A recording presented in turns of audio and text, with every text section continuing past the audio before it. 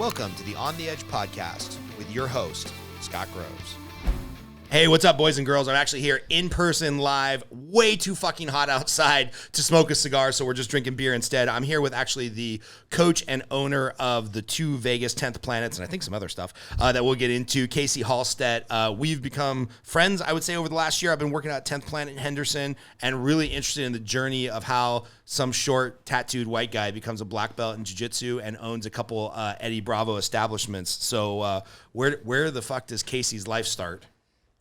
Wow, that's a complicated question, but I guess we'll just dive right in. Go for it. So my martial arts journey just started like every other person that's 50, 48. Karate. You know, I started very young in a strip mall, and Karate Kid was a big thing, so we thought that was the way. And then one of my neighbors, Jason Perkey, I'll never forget him, his brothers wrestled at Chino High School. And I was living in Ontario at the time. And so I started wrestling with the youth club. And at the time, junior high schools had like full-on wrestling teams in that area. And so I just started wrestling, and I very quickly realized that karate wasn't the deal, you know. And wrestling became a thing. And then of course, like as I started getting older, started getting into a little bit of trouble. So I actually ended up dropping out of high school in my freshman year before wrestling season started. And so I never got to wrestle in high school, but I wrestled like from a kid, like all the way up through junior high. Wait, who drops out of high school like freshman year? Usually it's not until you can drive or you have a license or you discover weed, or what the fuck was going on in your household in freshman year that you decided school's not for you? Well, so my mom lived in LA County, like in the San Fernando Valley, and my dad lived in Orange County.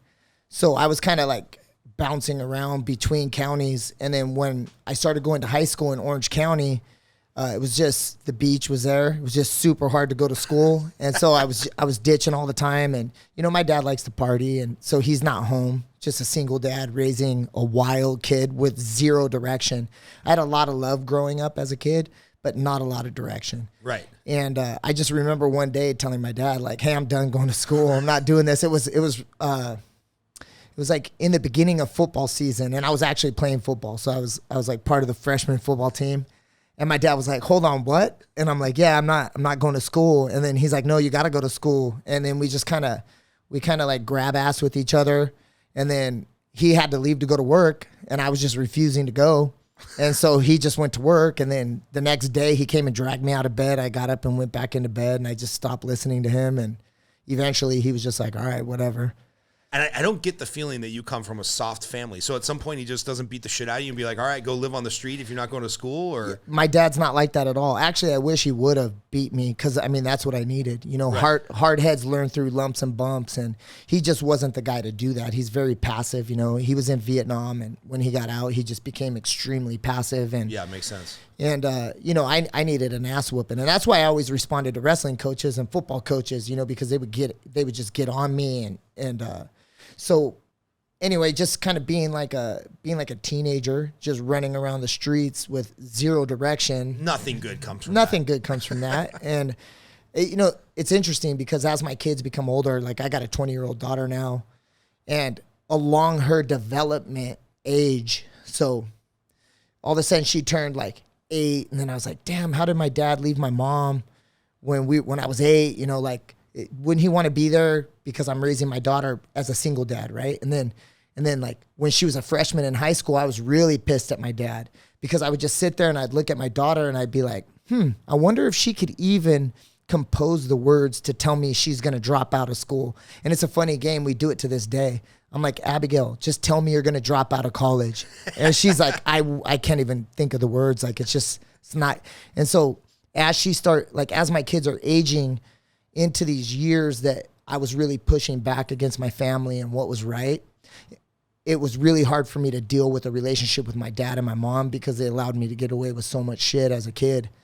And so anyway, just being a teenager and running the streets, being at the beach every day, that's what I was trying to do. You just get in trouble. Yeah. You know? Oh, So I ended up getting into some serious trouble, and ended up doing a little bit of time. And then when I got out, you know, I went straight into work. And then, so since I was a competitive kid growing up, when I hit work life and I realized that outliers are not, it's not acceptable in the workplace. You know, if you're too good, your bosses feel threatened, so they try to push you down. And if you're not good enough, they just get rid of you.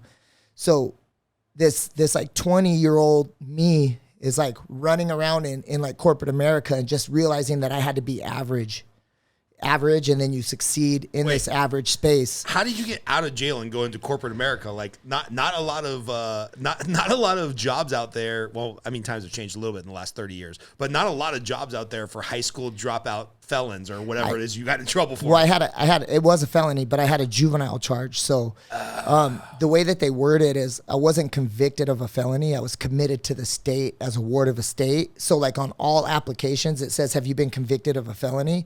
Now they do these little word plays, like adjudicated is a word that they use. But because it was a juvenile crime, I could honestly answer no to those questions. And then just something happened weird. All I need to do is get face to face with somebody.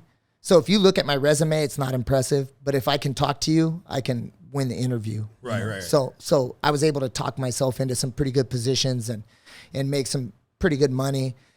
But I realized that bosses are threatened by go-getters big time. And it's rare that you find one that would try to develop you. It's usually find that in like small business where they're like, hell yeah, I like this guy. But in corporate America, they just kind of want you to turn numbers and just kind of be average. And so I found this band where there was no competitive outlet, and I felt like a spring under tension every single day. And one of my friends was like, hey man, you should come and try jiu-jitsu. And I was like, oh shit, hell yeah. Like super cool. And I did one class and that was it. I've trained every day since then. So for context, how old are you and what year is this that you find jiu-jitsu? I was, let's see. So pretty much my whole 20s I was working, right? And then I think I was 28, almost 29 when I found jiu-jitsu. So it's like 2000, 2002. Yeah, something like that. UFC's just starting to become big, right? It's no longer underground. John McCain's not trying to like end it and say it's human cockfighting. Like it's getting real traction. People are getting into like mixed martial arts. It was right at the time when there was an understanding of what it was. Like before that, I remember tap out shirts used to say like tap out since before you knew. That was like their little tagline. And I remember like knowing there were some guys in the area where I was living that were fighting. And I remember, but I didn't quite understand. I mean, I knew the wrestling aspects and everything, but I'm like, what is this jiu-jitsu stuff? And man, it was gi. It was windows closed, doors closed, zero cross training. Everybody else is teaching the wrong stuff. My instructor was the only guy in the world that knew the right stuff. It was just so toxic and gross, man. But I loved it because it allowed me to have that competitive outlet without getting in trouble. And then it reminded me, like, you know, when you're a child, and it's cool that I'm older dad, you know, I've got a 7-year-old and a 4-year-old in the house. So I started having kids in my 40s again. And I'm watching them. And they get up and they try to walk and they fall on their face and they don't get discouraged. They just get back up. They don't know how to talk. They don't know how to read. And so as an adult, I get to watch these kids continue to improve and get better. And then when you hit 20 and you get out of school and you're not competing anymore and you get into corporate America, you forget that you can get good at stuff again. Like here's something, I'm 48. If I came to you tomorrow and said, hey, I'm going to medical school, you would laugh. You'd be like, dude, for real? Like, come on, crazy. Man. Hey, I'm going to be an astronaut. You guys would be like, hell no. And so we hit this age where it's ridiculous to think that you can become something else and get better. And jiu-jitsu just reminds you that, no, you can. You can improve. It doesn't matter if you're 60. A 6-year-old's going to say, I wish I was 50 when I started jiu-jitsu. A 50-year-old's going to say, I wish I was 40, and so on and so on. So it was just a really cool thing to go in and be like, damn, like I can get better. I can practice just like when I was a kid. And it was like really empowering for me. And I fell in love with it. That's awesome. I'm thinking of there's a guy Vern at the gym I used to work out in LA, and you know, he's a tough guy. I knew he had like just retired from the movie studios, so I figure like he's in his 50s or whatever. But this fucking dude Vern goes hard, bro. He's a purple belt. He's got those bony contractor elbows just digging into everywhere. And so we were really going at it. At the end of class, my coach, shout out to Jeff, pulls me aside. He's like, "Hey man, you got to go a little chill on Vern on those front headlocks, man. You'll tear his skin." I'm like, tear his skin? What the fuck are you talking about? Does he have some disease? They're like, bro, Vern's 72. whoa. I was like, whoa, what the fuck? And he's like, yeah, Vern was like a professional cowboy, like cattle wrangler for like 20 years. Then got into the movie industry, retaught himself that, and was like a grip guy and everything for another 25 years. He retired a couple years ago at 70, bro, not 50.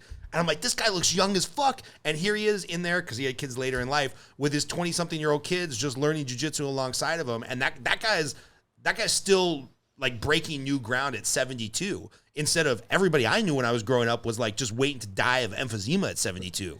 So yeah, times have changed, man. Like I'm 48, and I remember when my dad's in real good shape, so he's like a bad example. But I remember being a kid and having teachers that were in their 30s, and to me they looked like they were in their 70s. Yeah. And now I feel like, you know, we're hitting our prime in our 30s, like mid 30s, we're like rolling. And, you know, now at 48, I feel really effective still to this day. I mean, there are guys like Andy that just give me the business every time. But for the most part, like I feel pretty competitive. Well, he's world class, and he's in his, 20s, early 30s. Yeah. Like, you know, he's got 20 years of not creaky bones on us. Yeah, he's a stud, man. So can you explain to people that don't know what we're talking about? You mentioned gi. You now own different shops that practice no gi, different studios. Can you explain the gi, no gi, and why like 10th Planet and Eddie Bravo, like why that's special or different? And I don't know if you want to tell that in the form of an origin story or an educational story. I don't really care, but why is the jiu-jitsu studio that you run and own, why is it different? Okay, so just to kind of like outline this conversation. So gi is the kimono, and it's traditional, and it's what you wear the belt in. And then no gi, typically you wear board shorts and a rash guard. They're pretty much the same, right? So you use pretty much the same techniques, except for instead of gripping collars and lapels and sleeves, we use overhooks and underhooks. So currently, as it sits, a wrestler is going to perform better in no gi than gi, like right off the bat, because they're used to getting underhooks and overhooks. So how Eddie Bravo's style started, Jacques has missing fingers on one hand. He has a birth defect. So explain who Jacques is for those that don't know. Okay, so Jacques Machado, to me, is the GOAT. Like he's the best that ever did it. He's an amazing man. I've got a couple of stories I could tell you about him that are just insane. The way that he pays attention and his intuition is second to none. I'm just a guy to him, you know. But so Jacques is part of the Machado family. Jacques' aunt, I believe, was the last wife of Carlos Gracie Sr. So he was born in Brazil, came up. You ask him, Jacques, when did you start doing jiu-jitsu? And he's all, boy, man, there was no start. I was born and there was just jiu-jitsu. It was like, he has no recollection of a time in his life without jiu-jitsu. And he's in, God, I would hate to even guess, but he's got to be 50. Yeah. But he looks really good, and he's still highly effective, and he's in great shape. But he was the best 80cc competitor in the beginning, because Abu Dhabi Combat Club was no gi. And so like all the Brazilians that were trying to transition in had to deal with the fact that they had to take the gi off in order to train. And since Jacques he's not grip reliant, he had to think outside of the box in jiu-jitsu. Like, how can I be effective if I can't really be grip reliant with both hands? So he used overhooks and underhooks. And then they competed in a lot of different forms of martial arts growing up. But in that culture of having a perceived disability, because I wouldn't necessarily call it a disability because he's amazing, he had to kind of let go of tradition and kind of break path with that and then adapt. And in jiu-jitsu, especially old school jiu-jitsu, there's honor tradition. Elio Gracie taught it this way. This is the way that we do it now. And we all know science evolves. I mean, hell, offensive linemen back in the 50s were like 200 pounds. Yeah. You know, they were like 360. Yeah, they were like normal sized humans, right? Basketball players, a 6'3" or a 6 foot guard would be considered like a nice sized guard back in the day.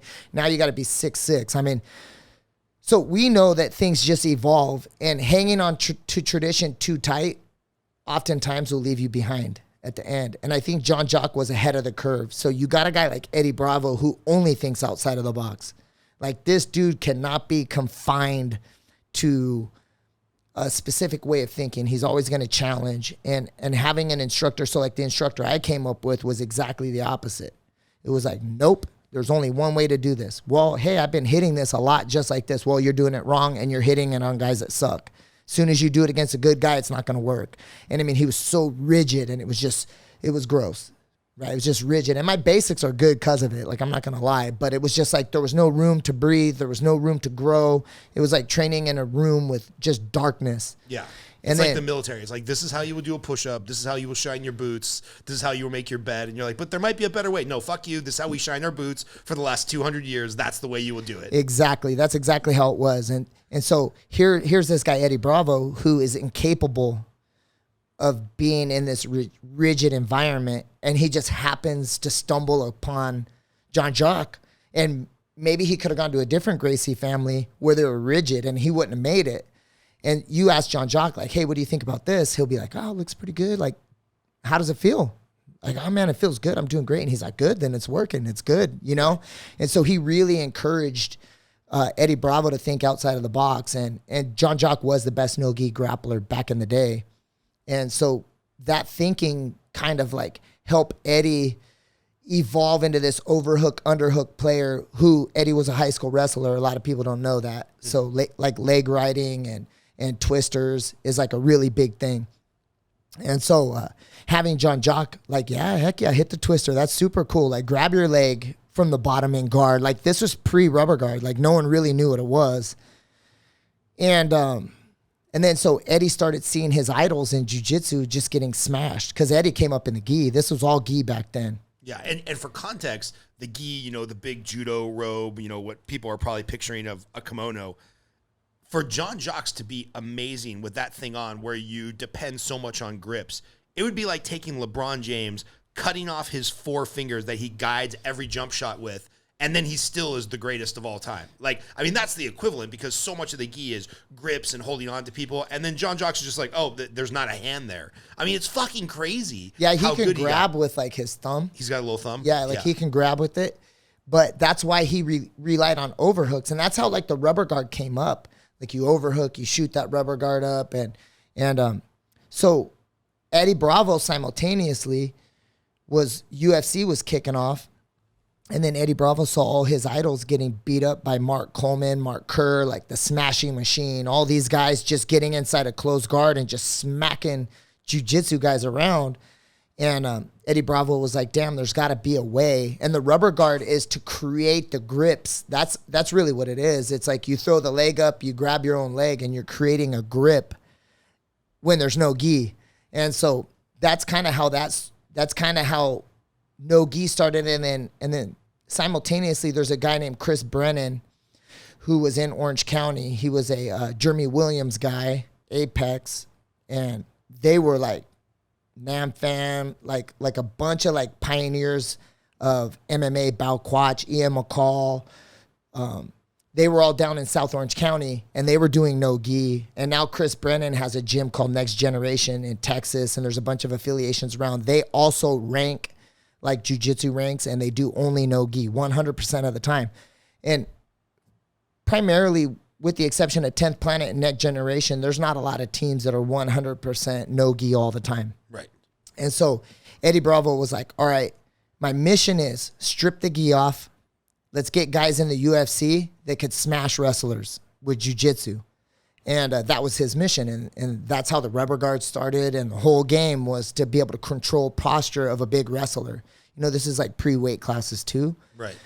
And so then, like, Eddie developed EBI. And I actually did the matchmaking and the event coordination for the first 10 EBIs, working as Explain what EBI is.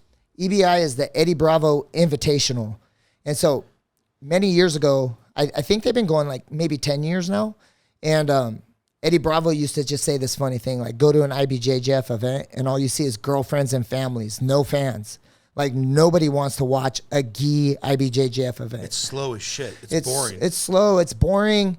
Guys will win a 10-minute match on an advantage.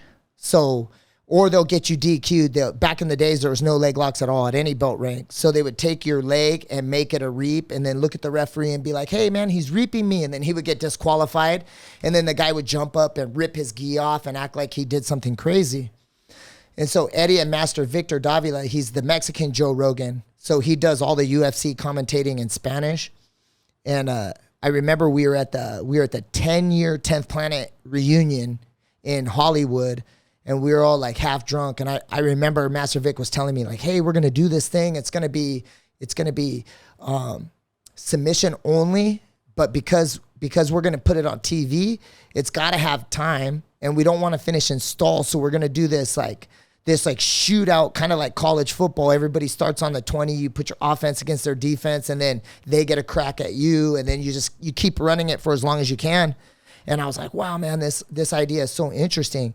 And Eddie's like, this is built for fans. So we're going to make it where jiu-jitsu will get people that don't do jiu-jitsu to watch it kind of like the UFC does. Right. A lot of mostly non-fighters watch the UFC. Right.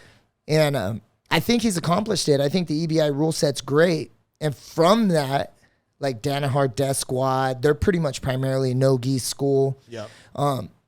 There's a lot of gyms now that are starting because the real money is in no-gi because putting butts in seats is where the money's at. Yeah. So all the big paydays are. And when there's no gi on it, it's closer to wrestling. You have a whole multiple generations of high school wrestlers and college wrestlers, and now you have UFC fans. Like, because even a couple of the events that Andy competed on, those were actually UFC events, but it was just jiu-jitsu, correct? Yep. Yeah. Yep. UFC is doing. They do a pretty cool thing where they take like other organizations that are on Fight Pass, and then they have a team captain. They try to pick fighters in those, but now it's kind of getting away where the team captain fought there, and then he just gets a bunch of stud grapplers that never fought there. So it's just becoming like a team duel, right? And it's really cool. And actually the UFC is paying great. Like they actually make real money doing that, which is cool. Yeah. And because that was always the thing in wrestling. It's like I'm trying to think the greatest American wrestlers in history. They get their moment in the sun at the Olympics, and maybe they get a Wheaties box or a couple endorsements, and then you're done. Like I would be willing to bet a majority of people can't name a single Olympic wrestler from like the last Olympics. And then you look at the UFC, and now these guys are getting $250,000, $1 million, $5 million contracts. So what's the path from Eddie Bravo starting in downtown LA being like, no, we're going to do this thing. We're going to take this gi off. We're going to make it more palatable to like fans to, where are we now and where's the future for people to actually make a living doing this stuff? Well, I mean, honestly, like Eddie Bravo's amazing. Jacques is amazing. The lineage is incredible, right? So it's standalone. It's good. But without Joe Rogan, none of this works. Like I can't tell you how many people I've signed up. So at one point prior to the pandemic, I owned 8 10th Planets. Here's a fun fact. I've never been high in a jiu-jitsu academy in my life. Not one time. Per percentage, I own more 10th Planets than anyone on the planet. Okay. Now, why some people might not understand why this is so laughable, and maybe you can explain this to me. The weed culture and the stoner culture is so intimately intertwined with the jiu-jitsu culture. Like there's been a couple times at Sunday Open Mat where there's like 80 dudes on your mat, and I'm like, oh, I'm the only one not high as fuck. Me and you. Yeah, the two of us. That's probably why we're so injured and we can barely walk. And I've only been doing this for a couple of years. But okay, so all right, we'll talk about Joe Rogan, then we'll get back to the weed. Okay, so Joe Rogan and Eddie Bravo are like best friends. And Joe Rogan is an Eddie Bravo black belt as well as a Jacques Machado black belt. And for those of you that don't know, Eddie Bravo has the biggest podcast on the planet. And Joe Rogan. Joe Rogan does, right? Joe Rogan. Did I say Eddie Bravo? You did. Oh, okay. Joe Rogan, probably like maybe Adam Carolla's is pretty big too. No, Joe Rogan's is bigger, right? It's the biggest. So Joe Rogan has more people watching him than Walter Cronkite did when there was only 3 TV stations in the entire world. I mean, he's the most powerful guy in media, and a lot of people don't want to admit that. You can hire 30 IT guys to work on your website simultaneously, and when Joe Rogan mentions it, it's going to crash. That's how much stroke he's got. So, Fuck. So I would say Eddie Bravo being extremely polarizing too, right? And I'm glad you said jiu-jitsu weed culture, because that's the dirty little secret. Is 10th Planet was the stoners 10 years ago. But all the Brazilians were high too. Yeah. They just hide it because Brazilians are like more savvy business wise than like 10th Planet guys. 10th Planet guys are like, dude, come train, bro. Like, it's cool. You want to sign up? No? Okay, cool, man. See you next time. You know, let me know. Like, no one's going to call you from a 10th Planet to try to get your credit card. Right. You walk into a Brazilian academy, you're going to walk out of there with your head spinning and $1,000 gone. Bro, I won't mention the one, but I tried to walk into one. And again, this is Valencia, California, not the mecca of like the fight world. And they're like, you can only step onto our mats if you have our gi and our rash guard, and you must do this. And in your first month, you must attend at least one seminar for 200. I was like, bro, the guy down the street just said, we're going into a pandemic. He doesn't know if he's going to be able to keep his gym open. He'll give me private lessons for $50. Come in drunk, high. I don't give a fuck. We'll just hang out and work out. Exactly. And I was like, I ain't going to the one where they're trying to like upsell me for $2,000 on day one. Yeah, it's nuts. It's so nuts. So because of the business angle for many years, the Brazilians would talk shit. Actually, Eddie Bravo, Royler Gracie match at Metamoris, backstage, Royce and Eddie almost got in a fight. And if it wasn't for Jacques, it would have been a riot back there. Jacques, you know, he's like, hey, what's going on? He's the most peaceful guy yeah, ever, just right? super cool. But Eddie's throwing up in the back. And Royce is just like, bro, like, blah, blah, like just going off on him. And it's like, dude, everyone's high. Everyone's high. And when I first rolled out the kids class at 10th Planet Costa Mesa, that's my first 10th Planet gym. I remember a parent coming in, and you Google search Eddie Bravo, the first picture, he's in double lotus with a bong between his legs. And I'll never forget the parent. That's how much it's changed in like the last 10 years, you know? Right. I mean, I think 10th Planet Costa Mesa is 11 years old now. But he showed me the picture and was like, can you explain this? And I'm like, yeah, that's the guy that ranks me. That's the guy that gave me my black belt. And that's a bong. And he smokes a lot of weed. And I don't. And no one smokes it here. And he was just like, I don't know, man. I don't know. I don't want my kids around this culture. Right. And fast forward to now, and it's like, dude, no one even cares anymore. Well, weed's so legal everywhere. And there was one open mat when I first started coming. And, you know, I think to your credit, you've segmented the kids class and the parents park in the front. And some of the athletes that might need a little bit of a reprieve to their physical state, they park in the back. And I brought my kid to open mat one day, and we were back at the back of the gym. And everybody walked in, and he was like, Dad, what kind of cigars are they smoking? That smells way different than your cigars. And I'm like, that's a different type of cigar, buddy. They like to smoke. He's like, yeah, but it takes you like an hour to smoke a cigar. They smoked that cigar in like 3 minutes. Like, he was so mad that there's a cigar out there, AKA weed, that I could smoke in 3 minutes and get back to building Legos with him. And when I come to the garage, he knows I'm out for like 90 minutes. And so it was funny because like, he doesn't know what the fuck is going on. He's 6 years old. He's like, Dad, that cigar smells totally different. And I'm like, yeah, it's a little different, buddy. You'll learn when you're a teenager. Dude, those guys are crazy. So why do you think it is? Is it the injuries? Is it the, like you mentioned, Eddie Bravo and Jacques being able to think outside of the box? Like, what is it about?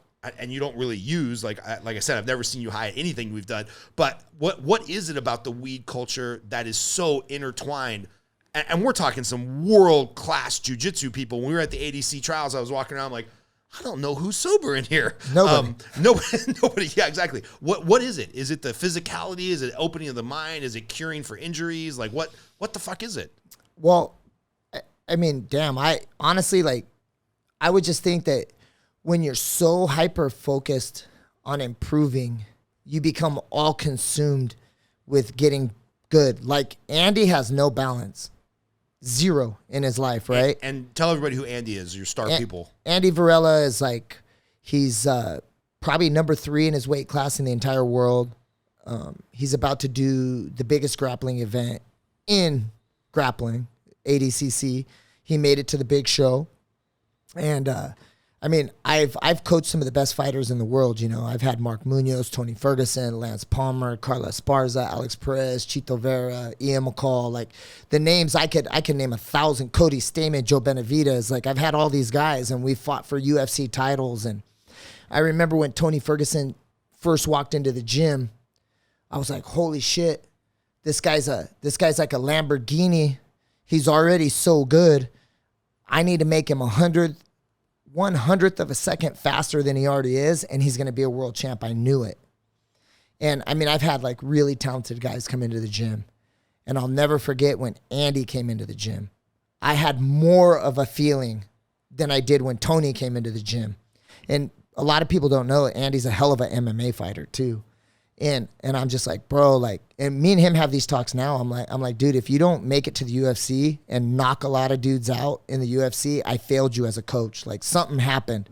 So like when ADCC passes, we got to get back on this MMA thing, or you need to just put it to bed and just attack jiu-jitsu competitions like forever. And then we try to go world titles and move up that way. But, Andy is definitely the most talented guy I've ever seen. The eyeball test, he passes that. The physicality test, he passes that. The technical test, he passes that. Mindset, he's just got it all. But what I find in these high level performers is they can't be balanced.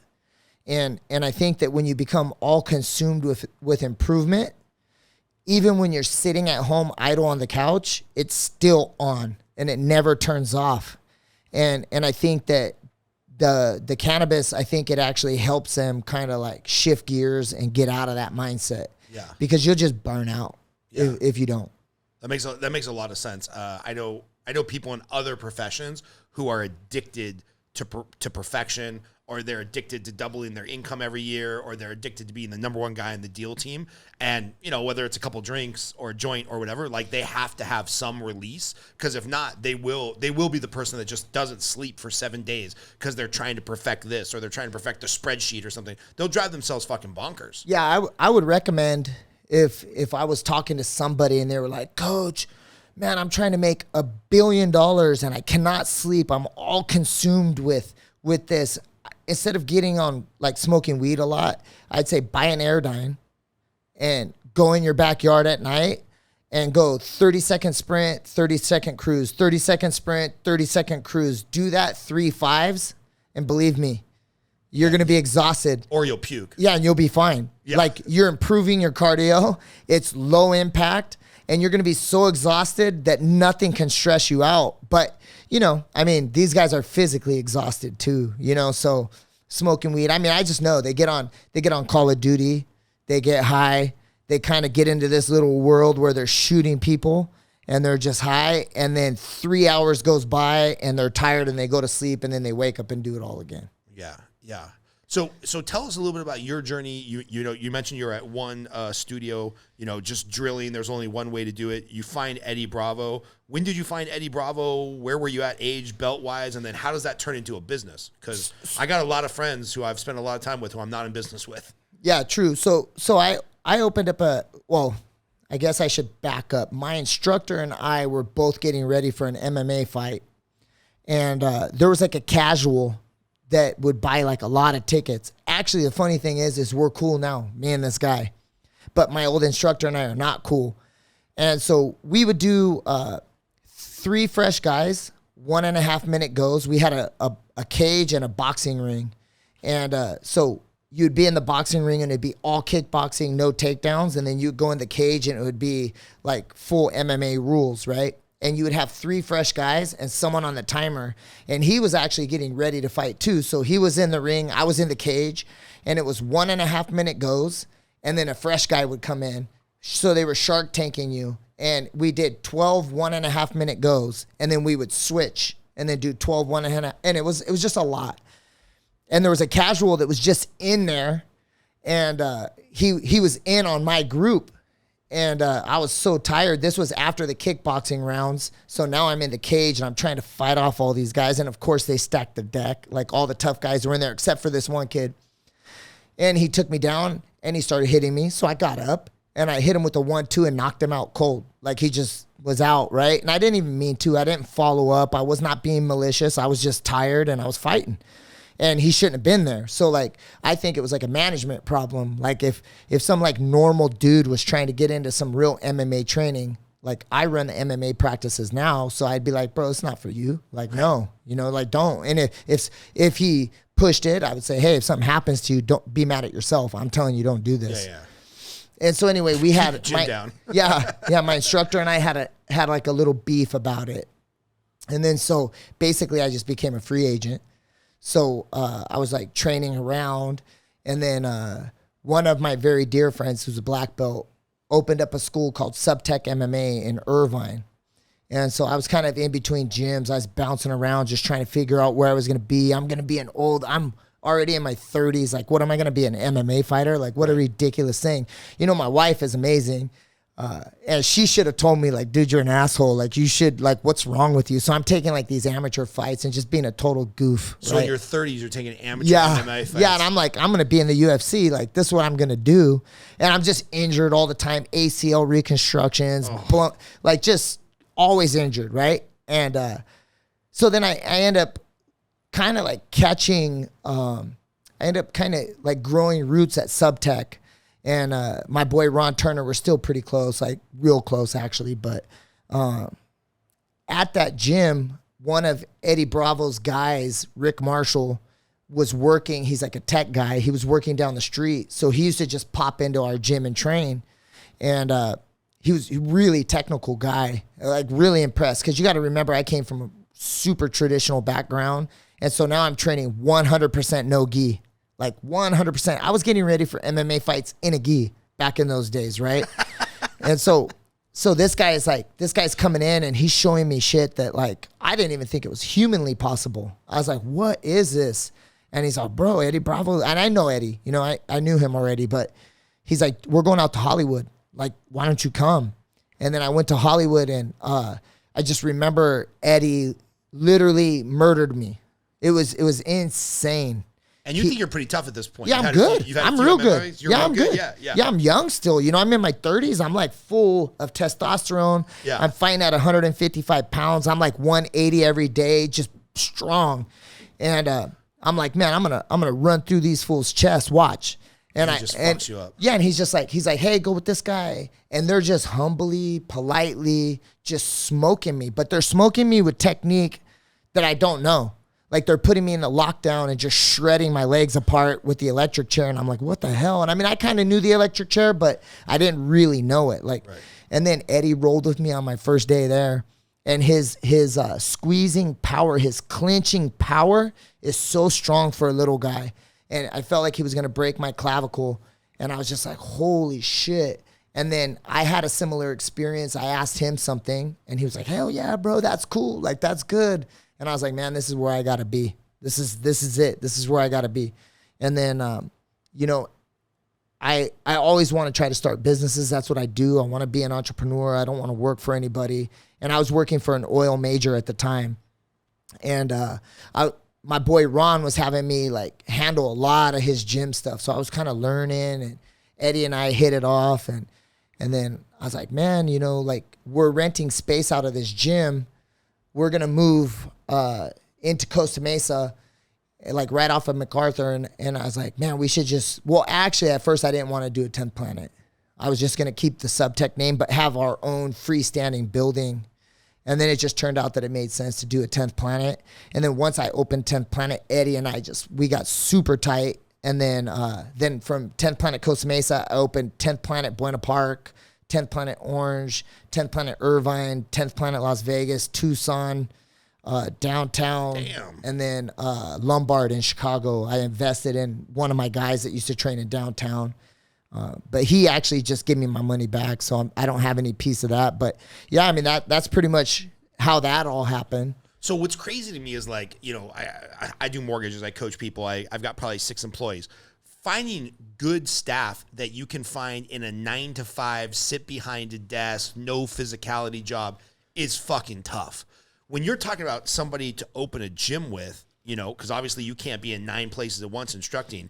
And you're talking about, I mean, gym owners are there 24/7. They're working out with the guys. They're getting injured with the guys. They've got to be better than the guys, or at least be able to verbally articulate how the guys can get better. Like, how the fuck do you find that many people in such a short time that you can trust with what's effectively a franchise? This was like the advantage that I had over a lot of traditional black belts. Like guys that were coming up, getting their black belts, they came up as whatever they were, like, I don't know, an electrician or something, whatever. or just a fighter. And they came up, and luckily for me, I've always kind of like elevated into middle management. I'm very aggressive. So the thing that holds me back is the thing that gets me in middle management, right? So when I was working for the oil major in Carson, California, I was a pusher. Like, so our job was to develop people, because we had a lot of projects, right? So you have to develop people to be responsible. And, you know, when you're working on the pipeline, you're governed by Department of Transportation. So like if you fail, you go into jail. Like Shell's not going to take care of you. Like they're just going to be like, hey, you're on your own now. Yeah. You were trained. Anytime corporate America trains you, they're trying to limit their liability. That's what they're doing. Like, hey, we put $100,000 into this guy. Like, he should have known better, right? Yeah. So yeah, the Exxon Valdez captain like went to jail for the oil spill, and it's like, well, it was an Exxon boat. Shouldn't it be the company's like responsibility? No, fuck it. Captain's going to jail. Yep.